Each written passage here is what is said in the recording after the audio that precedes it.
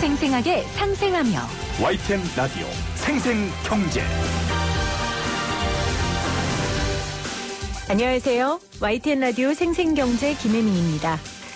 두산중공업은 경영상 어려움을 타개하기 위한 노력이라며 일부 휴업을 검토하고 있다고 밝혔습니다.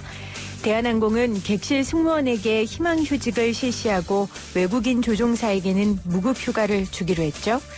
물론 대한항공만의 상황은 아닙니다. 참 마음이 아픕니다.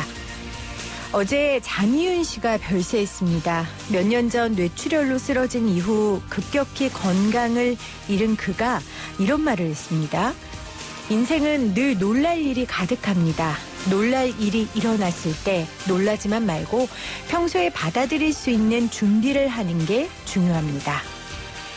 놀랄 일이 연속인 요즘 인생의 새옹지마를 다 겪은 옛 스타의 이 말이 그렇게나 위로가 됐습니다. 2020년 3월 11일 YTN 라디오 생생경제 지금 시작합니다.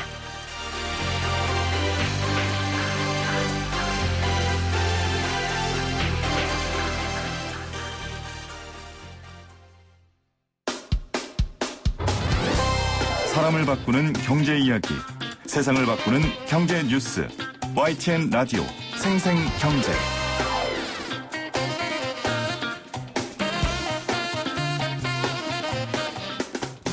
오늘 가장 뜨거운 경제 뉴스를 제일 생생하게 전해드리는 시간입니다. 공매도 증시판 봉이 김선달이라고 하죠. 주식을 가지고 있지 않은 상태에서 매도 주문을 내는 것을 말합니다. 금융당국이 공매도 규제를 어제 발표했고요. 하루 만에 공매도액이 급감했습니다. 공매도가 뭐고 정부는 어떤 내용의 규제를 실시한 건지 자본시장연구원 황세훈 연구위원 나오셨어요. 위원님 어서 오세요. 네, 안녕하세요. 반갑습니다. 먼저 이 공매도에 대한 설명을 해 주셔야 될 텐데 이거 제가 여러 번 나오셔서 많은 분들이 설명을 해 주셨거든요.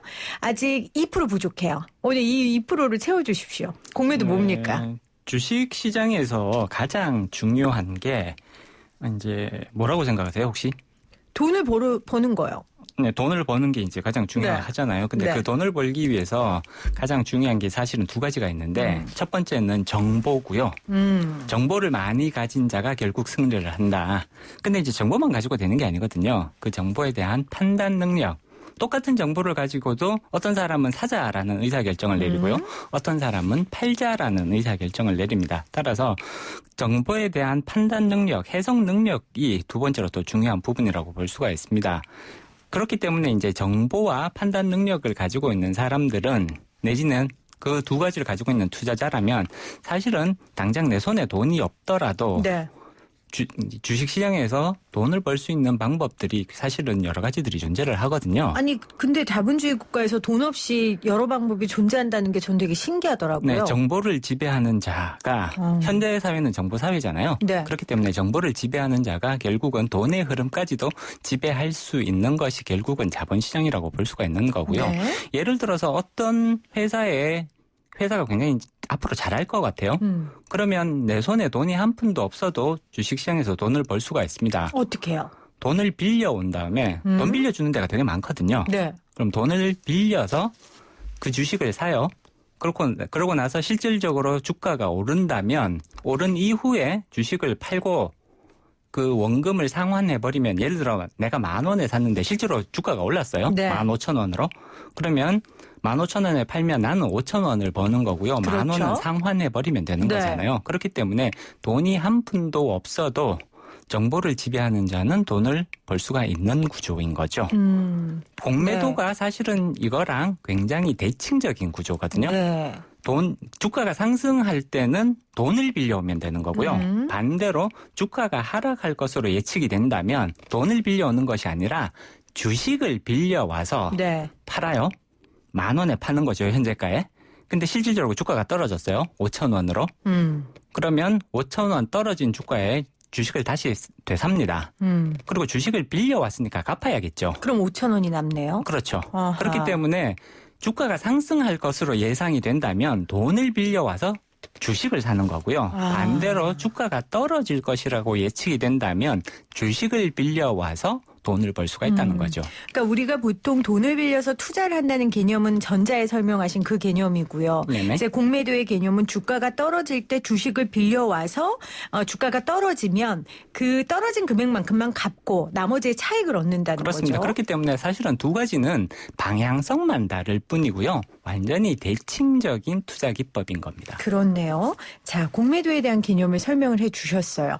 정부가 그럼 공매도 규제 칼을 어제 빼들은 건 그 배경이 이 코로나19로 요동치는 금융시장에 대한 대응책이었을까요? 시장 안정화 조치라고 해석을 내리는 것이 타당하고요. 이제 많은 분들께서 이제 정부의 이런 정책을 이제 증시 부양 정책이라고 생각하시는 분들이 많으세요. 네. 즉 예를 들어 공매도에 대한 규제를 강화한다거나 또는 공매도를 금지한다거나 네. 이렇게 되면 주가 하락이 멈춘다거나 혹은 경우에 따라서는 주가가 상승할 수도 있다라고 네. 생각을 하시는데 이거는 사실은 공매도를 경기 부양 내지는 증시 부양 책으로서 이해를 하시는 거잖아요. 그렇지만 사실은 공매도와 관련된 규제들은 증시 부양의 성격을 가지고 있지 않습니다. 네. 많은 경우를 보시면 예를 들어서 굉장히 강력한 규제, 공매도를 아예 금지를 해버려요. 굉장히 강력한 규제죠. 그렇게 되면 주가 하락이 멈출까요? 그렇진 않겠죠. 실질적으로 그렇지 않다는 증거들이 너무나 많거든요. 우리가 2008년도에 실질적으로 8개월간 공매도를 금지한 기간이 있었고요. 네. 마찬가지로 2011년도에도 3개월간 공매도를 금지해 본 적이 있습니다. 그렇지만 주가가 당시에 공매도가 금지되어 있었던 기간 동안 주가가 안 떨어졌느냐? 오히려 굉장히 드라마틱하게 주가가 떨어졌다는 거죠. 오히려 네네. 2008년도에요. 네, 자, 2000 제가 네네 네네. 말씀하세요. 2008년도의 사례를 한번 말씀드려 보자면 2008년도에 이제 다들 아시겠지만 리먼 브러더스가 파산을 하면서 글로벌 금융 위기가 시작이 됩니다. 그리고 네. 주가가 주가가 폭락을 하기 시작하죠. 2008년 10월 1일 날 공매도 금지 조치가 시행이 됩니다. 이제 정부에서 시장을 조금 안정화시킬 필요성이 있다라고 인정을 해서 2008년 10월 1일부터 2009년 5월 31일까지 8개월 동안 공매도를 전면 금지하게 되죠. 지금보다 훨씬 강한 정책이네요. 훨씬 강한 조치였죠. 근데 이때 주가가 어떻게 움직였냐를 한번 보시면 2008년 10월 1일 날 금지를 한 날이죠. 금지 시작이 된 날 주가 지수가 1448포인트에서 시작을 해요. 네. 그리고 약 3주 후인 2008년 10월 24일 날 938포인트까지 떨어집니다. 약 40%가 폭락을 하거든요. 네. 공매도가 금지되어 있었음에도 불구하고 주가 지수가 거의 40% 가까이 폭락을 했다는 거죠. 그것도 3주 만에요. 그렇군요. 자, 지금까지의 말씀을 좀 정리를 해보면 공매도라는 건 주식을 떨어뜨려야 이득을 보는 사람들이 하는 행위잖아요. 그렇습니다. 그러니까 공매도를 금지시키면 지금 주식이 떨어지고 있는 상황을 막을 수 있을 것이다 라고 정부가 예측하는 거고. 그렇지는 않습니다. 않아요. 제가 틀렸으면 당당하게 말씀해 주시죠. 배우는 과정이니까요. 말씀드렸듯이 네. 공매도를 금지한다고 해서 주가 하락이 멈추는 내지는 주가가 상승으로 반전되는 그런 효과를 기대하기는 어렵습니다. 그러니까 그거는 결과론적인 거고 정부에서는 그러기 위해서 공매도를 금지시키는 아닙니다. 그럼 왜 하는 거예요? 시장 안정화 조치라고 말씀을 드렸고요. 시장 안정화 시장 안정화 조치의 정책 의미가 무엇이냐 하면 네. 시장 안정화 조치라는 거는 주가를 부양하기 위한 조치가 아닙니다. 이것은 지금 시장 상황을 보시면 지금 공포심이 시장을 지배를 하고 있거든요. 네. 이성적인 합리적인 투자 판단보다는 오히려 공포심이 시장을 완전히 지배해버리는 상황이란 말이에요. 네. 2008년 글로벌 금융위기, 2011년 유럽 재정위기도 마찬가지였다는 거죠.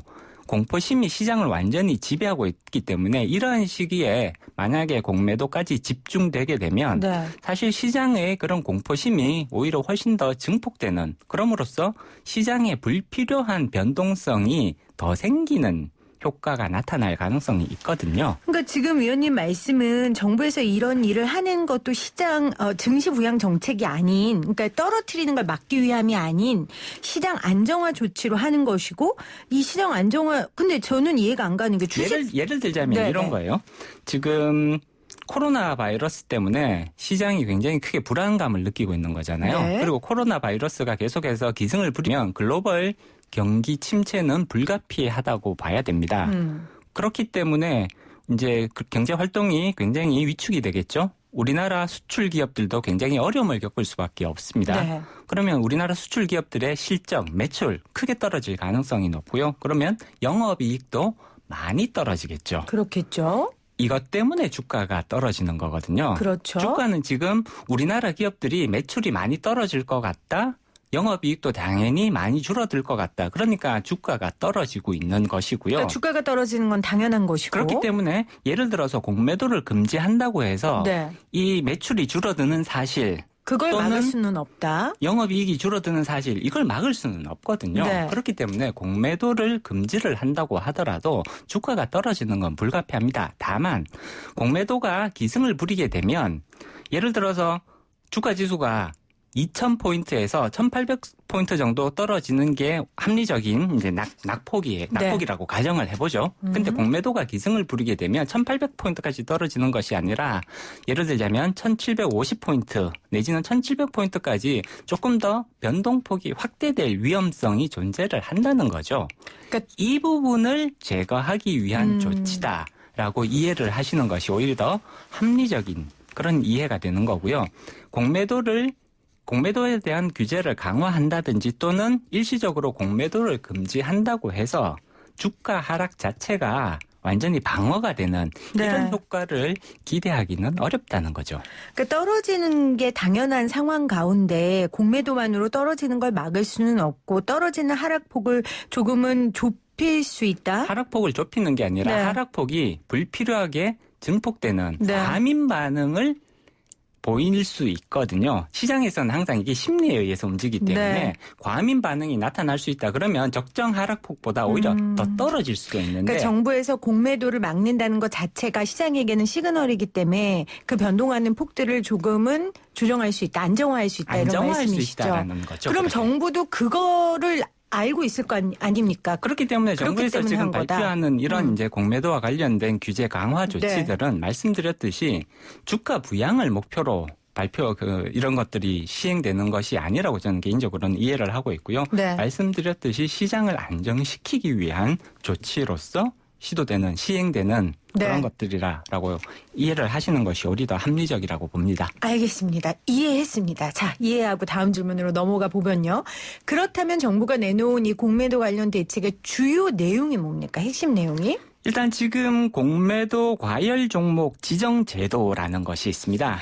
지금 이번에 발표한 내용들은 공매도 과열 종목 지정 제도를 약간 변화를 줌으로써 공매도 과열 종목에 지정되는 그런 이제 주식 숫자가 많아지도록 만들겠다. 그럼으로써 공매도를 훨씬 더 불편하게 만들어주겠다라는 것이 이제 제도 변화의 요점이고요.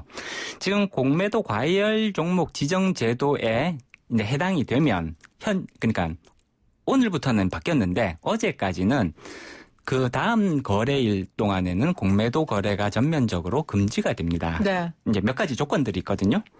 이제 당일 주가가 지금 이제 5% 이상 하락한 코스피 종목에 공매도 거래 대금이 평소 대비 3배 이상 증가한 경우에 이제 과열 종목으로 지정이 됩니다. 예전에는 6배 이상인 경우에 과열 종목으로 지정을 했는데 네. 지금은 3배 이상 증가한 경우에 대해서 과열 종목으로 이제 지정하는 걸로 바꿨고요. 네. 코스닥 같은 경우에는 예전에는 5배 이상이었는데 지금은 오늘부터는 2배 이상만 돼도 과열 종목으로 지정을 해서 다음 10거래일 동안 그러니까 2주간이죠. 2주간 공매도를 금지하게 되는 이렇게 이제 공매도 과열 종목 지정 제도를 굉장히 강화를 하는 거죠. 네.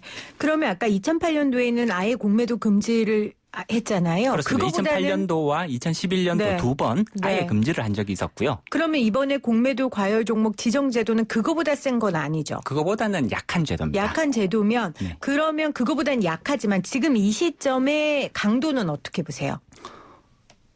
지금 시장 안정화 조치로서는 저는 적정 수준의 조치다라고 충분히 이제 평가해 볼 수가 있는 거고요. 그리고 사실 이제 추가적으로 시장 불안이 더 이어진다면 네. 그 이후에 추가적인 공매도 규제 강화 조치가 아마 더 발표될 가능성이 높다고 저는 예상을 합니다. 그렇기 때문에 이것은 이제 공매도 과열 종목 금지, 과열 종목 지정 제도를 지금 이제 확대한 것은 1차적인 조치다. 그리고 1차적인 조치다. 추가적으로 더 시장이 불안한 모습을 보이게 된다면 아마 금융당국에서는 관련된 규제를 더 강화하는 조치를 발표할 가능성이 충분해 보인다라고 예상해 볼 수가 있죠. 예를 들면요?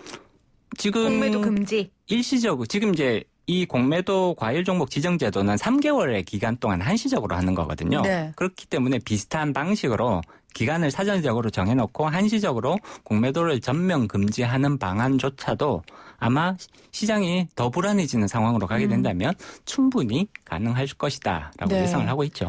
자, 강도는 적절해 보인다고 평가하셨어요. 그러면 시기는 어떻습니까? 좀 더 선제적으로 공매도 제한 카드를 꺼냈어야 한다. 이런 지적도 있던데요. 말씀드렸듯이 시장 안정화 조치입니다. 그렇기 때문에 정부의 입장 그리고 이제 이것은 해외의 주요 이제 국가들의 공매도 규제랑도 굉장히 이제 일관성을 가지는 조치라고 볼 수가 있는데 네. 그렇게 봤을 때 시장 안정화 조치는 사전적인 측면보다는 오히려 사고적인 방식으로 적용하는 것이 더 합리적이다. 사실 시장에 떨어질 주가는 충분히 조정을 받는 것이 네. 그래야만 비로소 시장이 또다시 거기서 다시 다른 방향성을 모색을 할 수가 있는 거거든요. 그렇기 때문에 조정은 충분히 받을 수 있도록 그 기간을 부여하는 것이 합리적이라는 것이 학계의 일반적인 견해인 거고요. 그렇기 때문에 사실 지난 월요일 날 블랙 먼데이가 나타났었잖아요. 그리고 지난주 수요일 날 미국의 연준이 기준금리를 0.5% 갑자기 인하를 했단 말이에요. 네. 그렇기 때문에 시기적으로 봤을 때는 이렇게 사실 이제 주가 하락에 대한 불안감이 이제 극도로 커져 있는 이러한 상태에서 안정화 조치가 발표되는 것이 저는 오히려 적절한 타이밍이라고 해석을 하고 있습니다. 네. 실제 어제 이 공매도 제한 제도가 발표가 되고 시장의 반응은 있었습니다. 공매도 거래 대금이 지금 절반 정도로 줄어들었고요.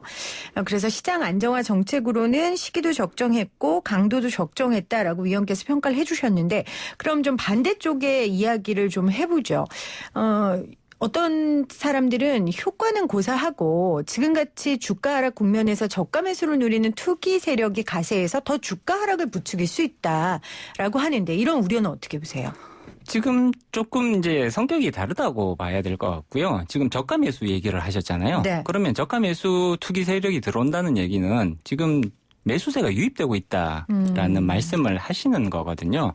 현재의 공매도 규제와는 사실은 조금 네. 이게 앞뒤가 안 맞는 얘기인 것 같다. 공매도는 하락 그 자체로 수익을 낼 수 있는 기법입니다. 네. 하락에 대해서 쉽게 말하면 베팅을 하는 거기 때문에 하락만 하게 되면 실질적으로 하락을 하게 되면 여기서부터 수익이 발생하는 거거든요. 그렇기 때문에 하락 이후에 다시 저가 매수를 해서 추가적인 수익을 올린다. 이거는 완전히 그 다음 단계 별개의 투자 의사 결정이 되는 거죠. 그러니까 공매도의 방법으로 돈을 벌 수 있는 방법은 아니다. 지금 저가 매수로 투기 세력인 경우에는. 그렇습니다. 공매도 자체가 수익을 낼 수 있는 기법입니다. 그렇기 그렇죠. 때문에 거기서 다시 또 저가 매수를 연결한다는 거는 그것은 그 이후에 다시 2차적인 투자 의사, 그 다음번 단계의 투자 의사 결정이라는 거죠. 그러니까 그 다음번에 이렇게 할 수도 있잖아요. 그래서 주가 하락이 더 부추길 수도 있다. 이런 뜻 아닐까요? 지금 여기서 하는 말은? 그렇게 된다면 쉽게 말해서 이제 적절한 타이밍을 잡아야 네. 되는 거잖아요. 네. 지금 말씀하시는 거는 1차로 공매도를 통해서 수익을 한번 내고 떨어지면 그때 다시 또 다시 저가 저가로 매수를 매수해서. 해서 또 다시 이제 주가 상승을 기대를 하고 수익을 낸다라는 의미인 거잖아요. 근데 저가 매수 타이밍으로 잡았던 저가 매수 타이밍 시점이 정확한 시점일 수도 있고 아닐 수도 있다라는 네. 거거든요. 그러니까 현실성 있는 우려는 아니다. 그렇습니다. 라는 말씀이세요. 그렇습니다. 알겠습니다. 2012년에 삼성전자가 공매도로 인해서 큰 폭으로 떨어졌었던 적이 있었습니다. 이걸 공매도의 역습이라고 부르는데 이런 일이 또 있지 말라는 법이 없잖아요. 여기서 공매도 역습이라고 하는 거는요. 네. 삼성전자가 큰 폭으로 그때 이제 2012년도 5월달, 6월달 이쯤이었던 걸로 기억을 하는데 네. 삼성전자가 이제 큰 폭으로 주가가 하락을 하죠. 그리고 이제 당연히 이제 그때 공매도도 또 많이 늘어났습니다. 그래 놓으니까 이제 공매도 때문에 이제 주가가 많이 하락을 하고 있다. 근데 6월 말까지 이제 공매도가 많이 늘면서 주가가 하락을 하는데 네. 8월 중순쯤 되면 삼성전자가 굉장히 이제 주가가 급반등을 하게 됩니다. 네. 그래서 공매도를 했던 세력들이 그때 사실 상당히 큰 타격을 받았겠네요. 손해를 네. 봤을 걸로 지금 추정을 하고 있거든요. 네. 그래서 이제 역습이라는 얘기가 나오는 거죠. 근데 그거 알고 하는 거잖아요. 그렇습니다. 공매도라고 해서 항상 수익이 나는 건 아니고요. 네. 경우에 따라서는 실제로 공매도 비중이 굉장히 높은 그런 종목들 중에 오히려 주가가 크게 상승을 해버리는 종목들이 꼭 나타나거든요. 네. 그런 경우들이 항상 관찰이 되기 때문에 공매도도 위험성이 동반되는 그렇죠. 거래 기법이다라는 건 분명하죠. 그러니까 모든 투자는 위험성을 가지고 있는 거니까요. 이 공매도로 분명히 손해보는 측면도 있다라고 말씀을 하셨어요. 이렇게 공매도가 금지되더라도 예외가 있다면서요. 특히 네. 외국인 같은 경우요. 아닙니다. 시장 조성자에 대해서 네. 왜 예외를 허용을 하고 있습니다. 자, 시장 조성자라는 게 정확하게 뭡니까? 이제 일반 투자자가 거래를 체결할 수 있도록 시장에서 매수 효과와 매도 효과를 동시에 지속적으로 제공하는 자들을 시장 조성자라고 합니다. 네. 이게 좀 말이 조금 어렵게 들리실 어렵네요. 텐데 이제 그런 거죠. 주식 시장을 가보시면 모든 종목의 거래가 활발하게 일어나지는 않거든요. 특히 이제 코스닥 쪽으로 가면 우리가 잘 모르는 기업들이 굉장히 많이 있습니다. 그런 종목들은 주식 거래가 몇 초 단위로 계속 끊임없이 일어나는 것이 아니고요. 팔자는 사람과 사자는 사람의 맞나요? 가격이 맞아야 거래가 그렇겠죠. 일어나는 거거든요. 그런데 작은 종목일수록 이렇게 팔자는 사람과 사자는 사람의 가격이 잘 안 맞는 경우들이 흔히 발생을 합니다. 그러면 거래 없이 계속 지나가거든요. 네.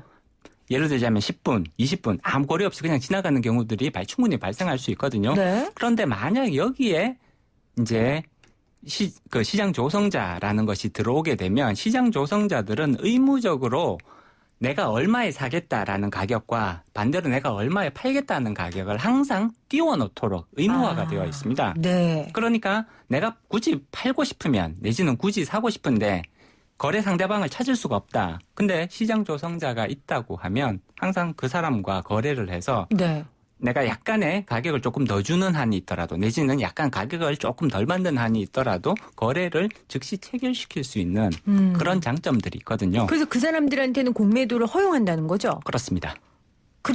그래도 되는 거예요? 예외가 있어도 되는 거예요? 이 사람들은 이 매도 효과와 매수 효과 간의 이 스프레드 격차를 주로 이제 이익으로 가져가는 사람들이거든요. 네. 투자자들이거든요.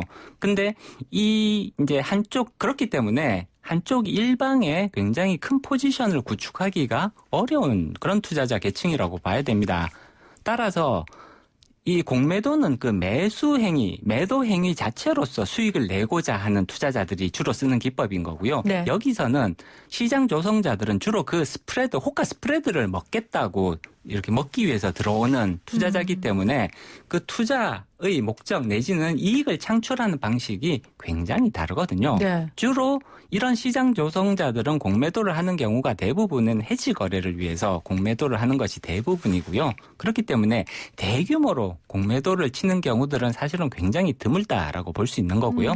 또 한 가지 지금 현재 국내 주식 시장에서 시장 조성자들은 모두 국내 증권사들입니다. 외국의 증권사들은 외국 증권사들은 국내 주식 시장에서 시장 조성자로 지금 들어와 있지 않고요. 그렇기 때문에 외국인들은 여전히 시장 조성자의 지위를 통해서 공매도를 할 수 있다라고 말씀하시는 분들이 계시는데 실질적으로는 외국 증권사, 외국계 증권사 중에는 시장 조성자로 들어와 있는 곳이 없기 때문에 사실상 이거는 사실이 아닙니다. 아니 그러면 결론은 공매도를 개인 투자자들만 못한다는 얘기네요. 국내 증권회사들은 시장 조성자로 들어갈 수 있다면서요. 시장 조성자로 들어와 있는 증권사들이 있습니다. 네. 그렇지만 말씀드렸듯이 시장 조성자의 그 수익을 내는 방식은 호가 스프레드에 의해서 네. 수익을 수익을 내는 방식이고요. 그렇기 때문에 대규모 공매도 거래를 통해서 그렇게 되면 주가 변동 위험에 굉장히 크게 노출되어 있는 거거든요. 이런 식으로 위험을 감수하면서까지 네. 스프레드를 추구하는 경우들은 굉장히 드물다라는 거죠. 네. 알겠습니다. 제가 공매도를 해봐야 이해할 것 같은데 일단 공매도가 제한돼 있으니까 제가 해보지는 못할 것 같고요. 그래서 사실 가장 중요한 부분은 네. 오히려 이제 저는 개인적으로 이제 공매도를 보면서 항상 드는 생각이 지금 개인들의 공매도 참여가 제도 원칙적으로는 허용이 되어 있거든요. 그렇죠. 그럼에도 불구하고 기관 투자자와 외국인 투자자들이 거의 99% 정도 공매도를 하고 있는데 개인들은 한 1% 정도 되거든요. 근데 이렇게 개인들이 1% 정도밖에 참여를 못하는 가장 중요한 이유는 개인들이 주식을 빌려올 데가 없다라는 거죠.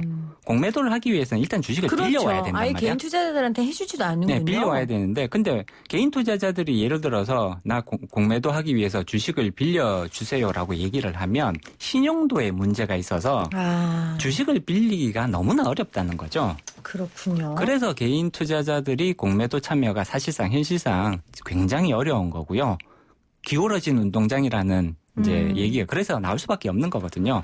따라서 네. 이런 운동장을 좀 평평하게 만들어주는 이런 제도적 뒷받침이 좀 있어야 된다라고 생각합니다.